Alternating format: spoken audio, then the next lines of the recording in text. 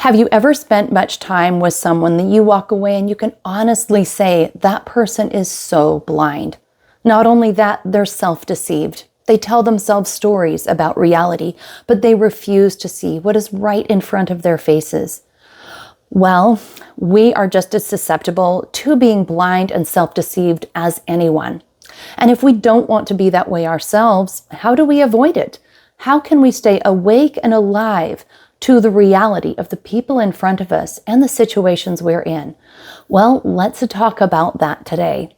Hi, I'm Shara Ogilvy. If we haven't met, feel free to subscribe to my channel so that we can continue this dialogue. I strive to put out content to help you with your mental health, and I share thoughts that come up for me pretty spontaneously as I'm working with clients. I try to capture little thoughts that float through my mind of like, ooh, I should share that on my YouTube channel. I think it would help somebody else.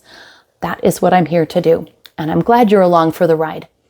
So, okay, being blind, being deaf, being half asleep in life should be one of our greatest concerns, that we stay awake, present, and seeing other people. How do we go about doing that? Well, in today's episode, I'm going to talk about a few things you can be aware of to help you stay awake and alive and really seeing other people. The first thing that we can do is be very aware of 3 specific emotions that will blind us.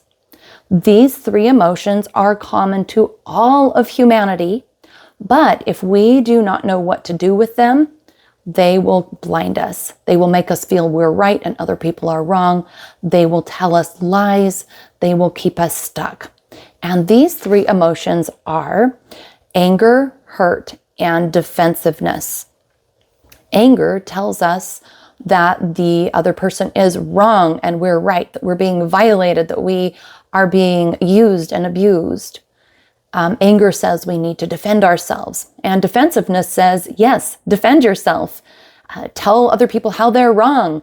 Do whatever you can. Throw barrels in their way, rolling downhill to make them get away from you.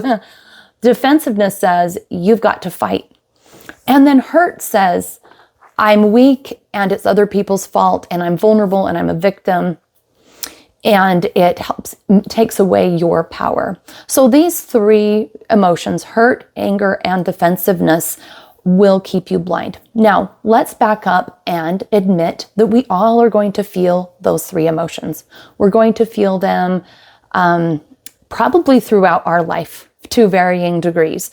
I don't know that it's possible unless you are incredibly enlightened to get to the point that those feelings do not exist.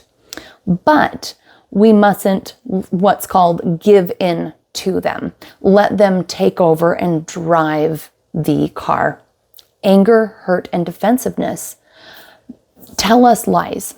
They tell us that we must fight. It tells us that we're not safe. It tells us that there's an us and a them, and we have to protect ourselves. Now, of course, there are situations you have to protect yourself. But when anger, hurt, and defensiveness come up, they tell you lies about how to go about doing it. So you cannot let them drive the car. What do you do instead? When you are angry, you can acknowledge, I am feeling angry, and the anger is telling me to defend myself.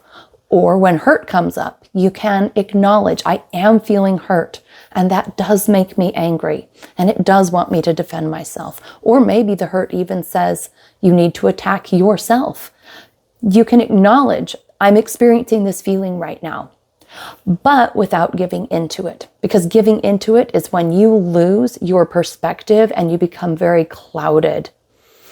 So, just to summarize, giving in to anger, hurt, and defensiveness clouds your vision of who you are and of who other people are, and makes you very, very susceptible to making bad decisions and to overreacting or doing things that you regret.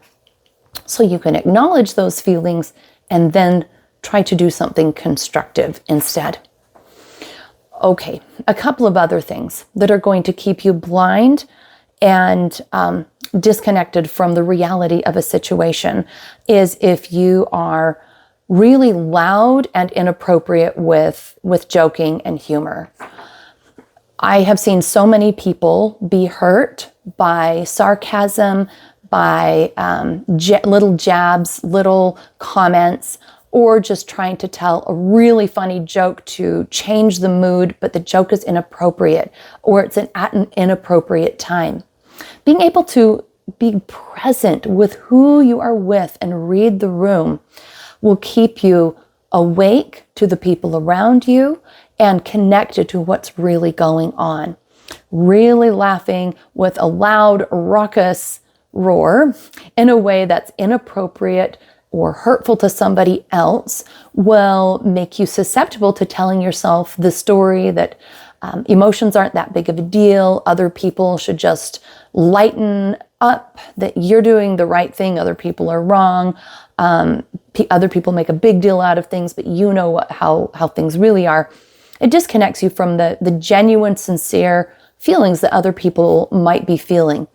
And so humor is the grease that can smooth the cogs of life.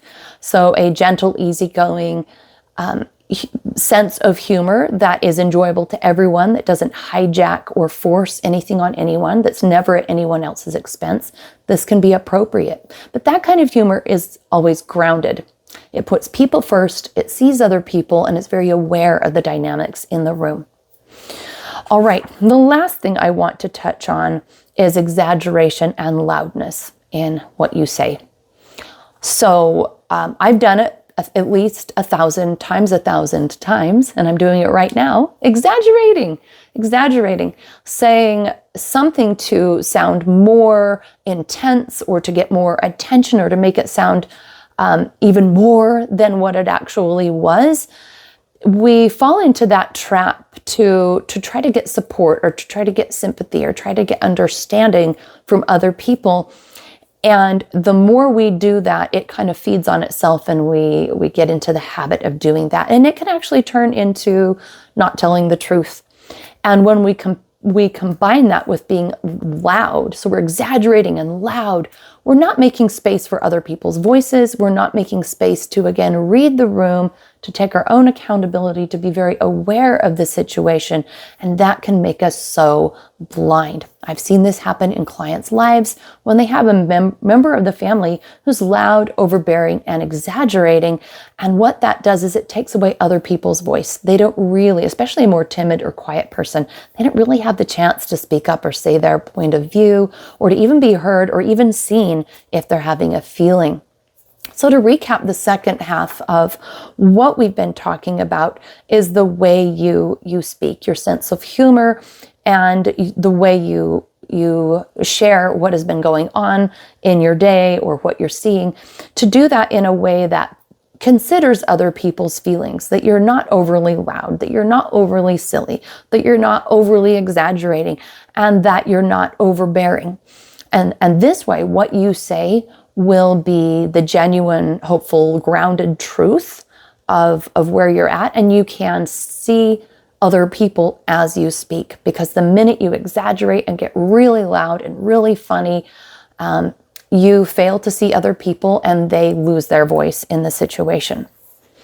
All right, so to recap the whole thing, the emotions of anger, hurt, and defensiveness, they bring us to kind of focus too hard on ourselves and our story, and these feelings can disconnect us from the truth that maybe it's not the story that we're inventing. Maybe there is a more open perspective that we can be more flexible with, and we can acknowledge these feelings, but they do not and should not drive the car. Then the way we speak, calm and grounded with consideration towards other people, we can have humor, we can share that crazy story that happened to us, but to stay grounded in the truth. And just as a good PS with all of this, taking care of yourself, getting your sleep and your nutrition and your exercise managed at least within reasonable boundaries will also help you be grounded so that you can be present and not fail to see the people that are right in front of you and the situations that are right around you, we don't want to be deceived. We want to know truth and to see other people and the situations we are in for what they are. Now, I'm going to link in the description a video I made recently about Martin Buber's concept of I, thou, that it is very important for us as we see each other in day-to-day life to see each other as divine beings or as human beings with a journey and a voice and a worth that we can hardly comprehend, rather than as it, an object that just needs to move out of our way. That is also a tremendously important part of staying awake and connected to the people around us. And I will link that in the description. And so hopefully you can come back for more. And I look forward to seeing you next time.